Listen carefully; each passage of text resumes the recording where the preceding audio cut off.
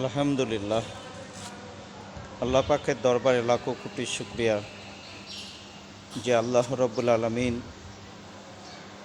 যে আজকের রাতটা আমাদেরকে এমন একটি রাত দান করেছেন যে হাজার মাসের থেকে উত্তম, যে হাজার মাসের থেকেও দামি।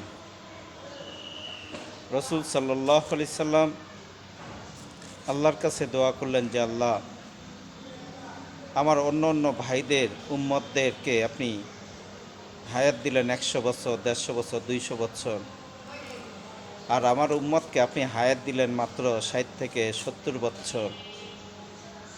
তারা কি আমল করবে, কি নেক আমল করবে? তারা তো কিছুই করতে পারবে না। আল্লাহ সুবহানাহু ওয়া তাআলা তার প্রিয় হাবিবকে খুশি করার জন্য বললেন যে আমার হাবিব, আপনার উম্মতকে আমি এমন একটি রাত দান করব যে রাতটা হলো হাজার মাসের থেকে উত্তম এবং হাজার মাসের থেকেও দামি।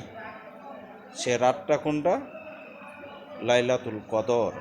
যেহেতু আজকে কদরের রাত, এই রাত্রে আমরা বেশিতে বেশি আমরা ইবাদত করব, আল্লাহর জিকির করব, কোরআন তেলাওয়াত করব।